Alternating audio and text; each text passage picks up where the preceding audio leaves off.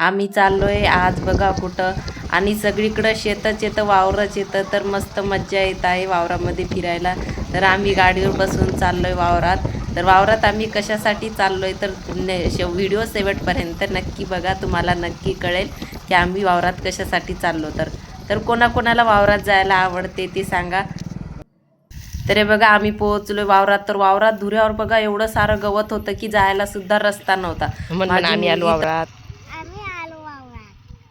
आम्ही आलो वावरात. शेंगा भाजी खुडायला. तुरीच्या शेंगा कशा येतात. हरभऱ्याची भाजी खुडून न्यायला आलो वावरात. तुरीच्या शेंगा खूप दिवसांनी वावरात आले. तर चला भाजी खुडूया.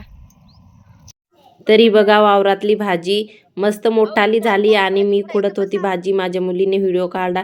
तिला वावरातलं म्हणलं माझ्या मुलीला की तिच्या चेहऱ्यावरचा आनंद थोडा वेगळाच असतो, कारण तिला वावरातलं खूप आवडते. म्हणजे वावरात जायला, वावरातलं फिरायला तिला खूप आवडते. तर मी भाजी खुडत होते बघा, आणि मोठी मोठी भाजी झालती, मस्त कवळीलाच भाजी होती. तर मी भाजी खुडत होती आणि ती व्हिडिओ काढत होती बघा. शेंगा पण आहेत तुरीच्या शेंगा पण मस्त मोठ्या मोठ्या आल्या.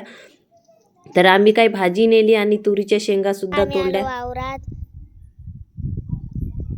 भाजी उपडायला. हे पा आम्ही तुरीच्या शेंगा चालवल्या. ती पिऊ माझी चाल का कना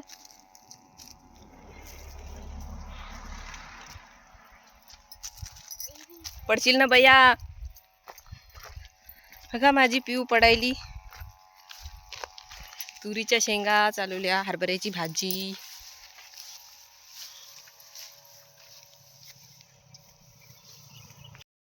बघा माझी पिऊ आली आज पहिली बार वावरात. काय झालं. तर आम्ही आता हरभऱ्याची भाजी आणि तुरीच्या शेंगा घेतल्या. तर आम्ही चाललोय आता. तर आम्ही तुरीच्या शेंगा काही जास्त घेतल्या नव्हत्या. माझे मिस्टर म्हणत की पुढच्या वावरात तुला तोडायलाच देतो, पण नंतर मग त्यांनी गाडी थांबवलीच नाही. आम्ही डायरेक्ट घरी गेलो. तर बघा आता आम्ही बसतो गाडीवर. इकडं सगळे वावरं शेतं नाही. कोणाला आवडलं ते नक्की सांगा.